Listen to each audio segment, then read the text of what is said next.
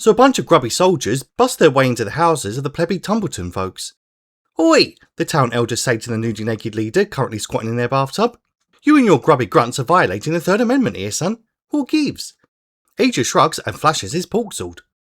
I honestly feel as if I'm being persecuted by pubes. It's disgusting.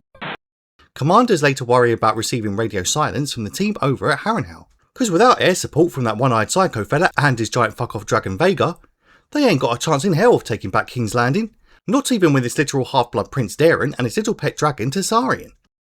Naturally, Rhaenyra can't do shit about this Ormund fella what loves flashing little old ladies in their own bathrooms, because he's gone and set up base in her own loyal town of Tumbleton, and literally smoking them out by raining down hellfire on the poor sods probably won't do her public image a lick of good.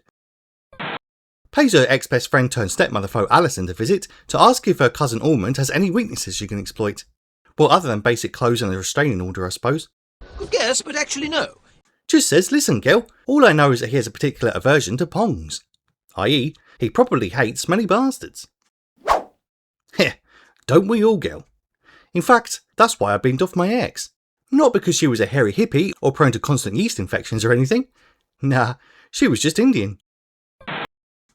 Anyway, elsewhere, the Cripple Bros are still out on their side quest to avoid everyone who wants them dead. Soon come across a rotting corpse of the Dragon Sunfire, who got smoked by his own sister Vhagar last season alongside the Eggy King, who in turn got roasted by his own brother Aemond. Keeping up yet? But oh no! The scrawny incel cripple almost gets shanked up by Chancers, who've smartly set up a toll to touch a super rare scaly cadaver like some kind of woodland tourist trap, whilst the aforementioned traumatised Eggy King reckons the bloody thing's still alive somehow maybe. You sure about that? Doubt. Hard to believe. Scottish witchy poo tells the new arrivals at Harrenhal that King Aemond has gone and committed a bunch of hate crimes against a bunch of fat geriatrics and fucked off.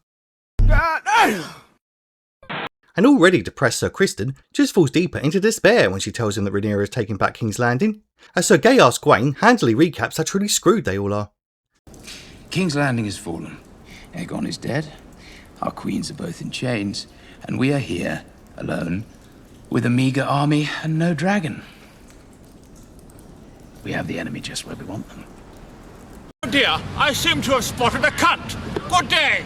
Sir Criston, though, totally refuses to give up. Now that's what I'm talking about! Instead whines on about his tragic backstory till they just agree to send a letter over to ally Sir Ormund to tell him the good news.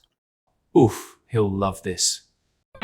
The pair of lovable invalids reach Tumbleton and are made to collect piss and shit in a bucket in order to earn a few nights in a tent. Well, we've all been there. Naturally, the king balks. "I'm the Eggy King, for frig's sake." No one quite believes him, luckily, given his face is more messed up than that bird from The Boys, and just ends up being truly humbled by dropping to his knees at knife point and licking the boot of his new oppressor boss. Gropey grapey grubby soldiers just can't stop grubbily groping and graping. Carrot, bastard. So Ormond publicly bollocks his men for not being able to keep it in their pants, nor stop themselves from groping and graping in a grubby manner, especially a minority lady of colour at that, and orders said men to be promptly removed of their bollocks. That's what you get. That's what you fucking get, bitch. Ulf returns to his local boozer a bona fide dragon rider, and thus a working class local hero who finally made something of himself, just by accidentally revealing who indeed spunk some seed up his mistress' mum, whilst the broke-ass Damon shakes down a stubborn Lady Jane for sweet tax money, and then gets taken for a literal ride by an equally stubborn Caraxes, who's now gone and caught a whiff of something truly off-putting and straight up diabolical. And no, not Sir Ormond's bad case of smegma, but in fact the naughty Sheepstealer and his mysterious rider who went and killed his mop-head stepson nephew. Reveal yourself! Tonight, singing live. The bug-eyed black lass what loves overacting. No way! And he just can't believe his own daughter Rhaena has somehow managed to tame and claim a wild dragon, whilst also being so bad at driving it that she accidentally got her stepbrother cousin's dragon killed, and said stepbrother cousin deep-throated, but not in a good way. Damn! Just ask him not to dob her in, and instead just let everyone, including the queen who wants a skull of whoever rode that death trap dragon and got her son killed, totally believe that she died at sea. Bro can't believe his least favourite kid was stupid enough and quite frankly physically able to tame a wild monster, nor that she's now got herself a beast between her legs that's at least twice the size of his. Steady. Newly knighted Ulf the White hilariously abuses his new position by asking the Queen to do him a few solids and let his drinking buddies off their bar bill and taxes this year, and also to pardon his mates for doing a bit of low-level shoplifting and shit. If you don't ask, you don't get. Instantly backfires when she tells him to get stuffed, and also no longer frequent whorehouses and pubs, but given his newly elevated status, now represents the office of the Crown. No! And much like how Trump had to cover up that Lindsey Graham fella obviously being blown up by Russia in a Ukrainian drone factory to avoid World War III, she can't really risk him getting into drunken scraps or require formal state retaliation, and thus having to needlessly risk their reputation and the stability of the realm and shit. Fair enough. Yeah, I mean, fair enough. Spitefully retaliates himself for being barred from boozers by informing her that the townfolk hate her guts and go around calling her the queen of literal bastards, and have even scrawled all sorts of hurty words over the local public walls and stuff. Hate crime! So Ormund spergs out over at Tumbleton after receiving Kristen and Gwen's letter stating they've all been abandoned and Aemon's totally ghosted them. Whilst back at King's Landing, Daemon slaps down the roasted charred skull of Senator Lindsey Graham and says, "See? I told you that Orange Man was doing a naughty cover-up and the official narrative about a dissected aorta was total bollocks." The charred roasted skull of the rando what stole a wild dragon and totally yeeted her last remaining mop-head kid. I guess that makes sense. Promptly has a sperg-out of her own, because she wanted to look him in the eye whilst alive and indeed still had eyes, and ask him why he hated annoying little scroats in desperate need of a haircut. Daemon just shrugs. Well, too bloody late, innit, you ungrateful wench. I suppose I should thank you. Ah, whatevs. Mysaria taunts her silver-scalped ex-floozy about clearly doing a conspiracy of his own with a busted-up head of some rando shepherd designed to trick the Queen, as Hugh the Hammer arrives on his new dragon to totally keep watch on Sir Ormund and the kind of sort of prisoner hostages of Tumbleton, especially given his own wife and family are somewhere down there.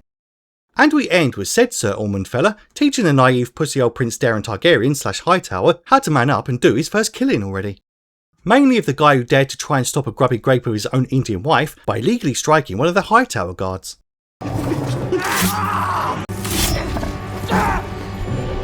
Oof. No good deed goes unpunished, I guess.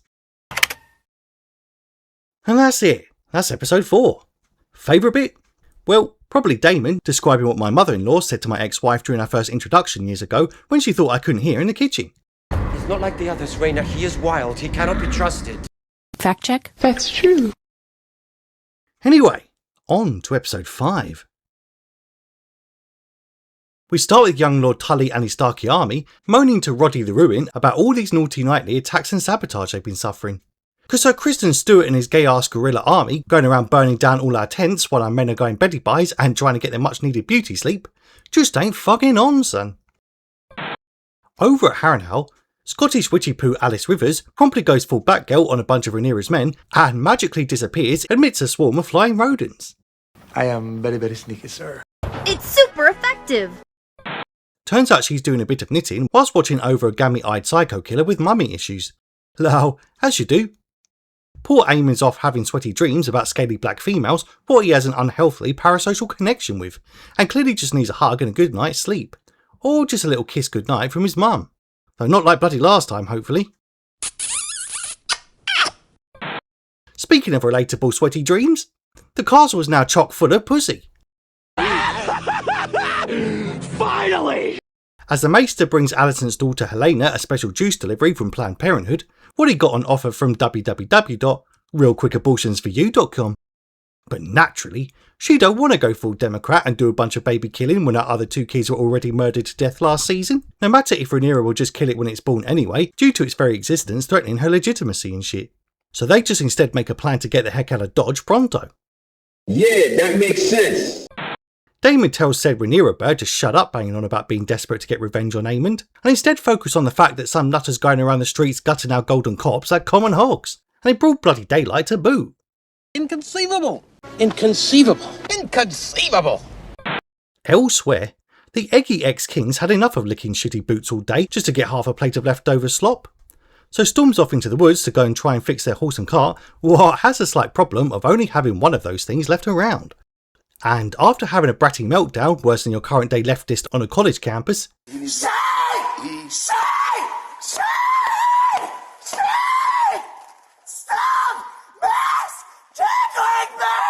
the creepy cripple goes and has a meltdown of his own, and promptly lays a full verbal smackdown on the shriveled up whinging walnut boy. I will tell you the truth. You were a terrible king. But worse than that, you are a terrible man. God. You know, I thought the egg on second burning would totally come from another dragon, not from a freaky foot freak what freakily loves feet. Dirty bastard!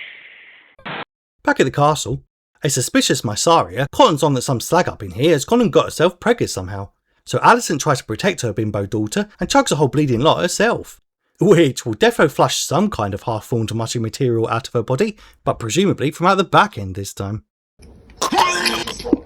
Young Tully's plan to strike back at the Hightower lot pays off bigly, when Sir Kristen's horses all dive the equivalent of stepping on Legos with no shoes on.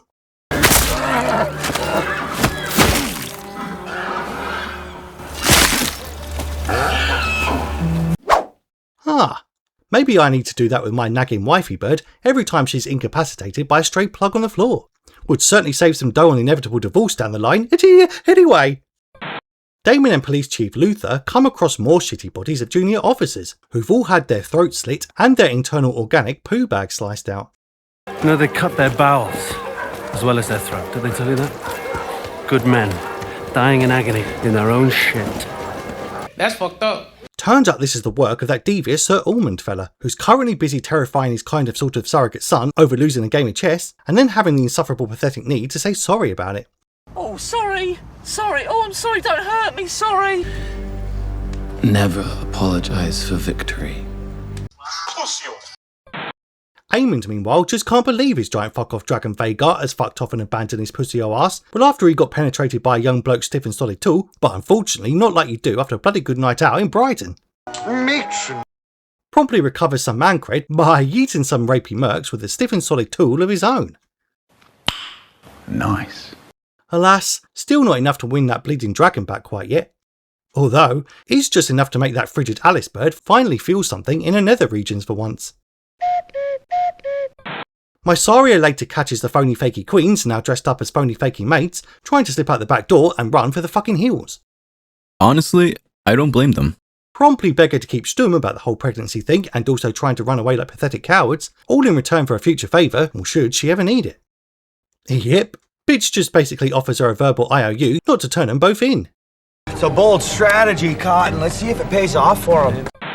Elsewhere, Kristen and Gwain's men wade through boggy swamps and marshes to try and get to Lord Tully's camp, also they can slow their advance and burn down some more tents, whilst also stopping to deal with new UK Prime Minister Andy Burnham.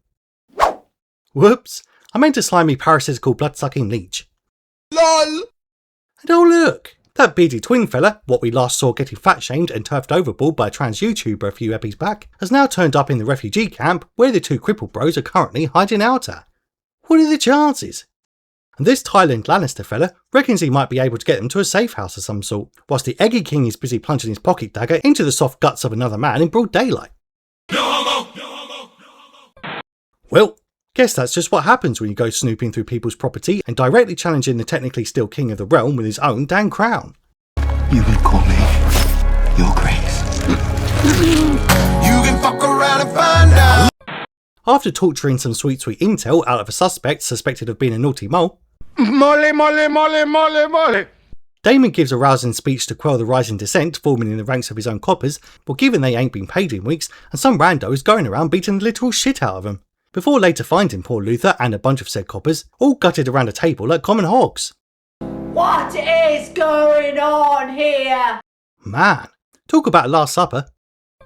Finds a coin with Daeron Targaryen's face on it and soon traces it back to that pervy Sir Ormund fellow with severe anger issues, and furiously tells his niecey wife, We should have burned them when we had the chance. And yet, the misery don't quite end there, folks. Because Sir Kristen and Gwaine finally arrive at the Riverlands to find Tully and the Starks already gone and the bridges all totally burned to a crisp behind them. And Sir Gay-ass Gwaine just can't believe they went through a bunch of muddy swamps, killed their own horses, and got eaten alive by leeches for sweet FA.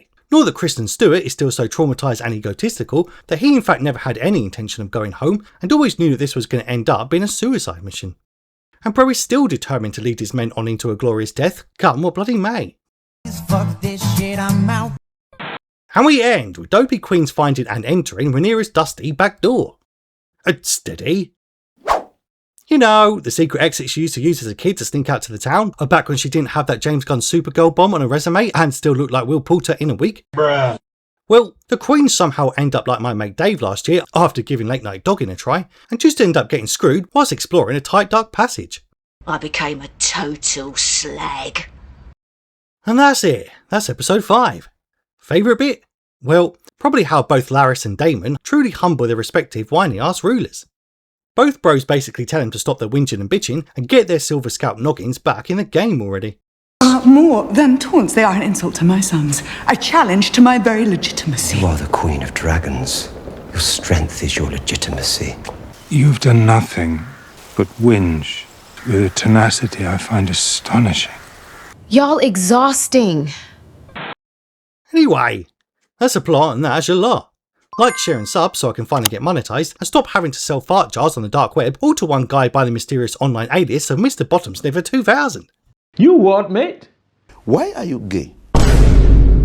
Comment below. Does this show tingle your dragon, or just make you wish Rings of Boredom was back on screen? Ring that bell thing to stay notified of any future videos. And I'll explore dusty back passages with you in the next one.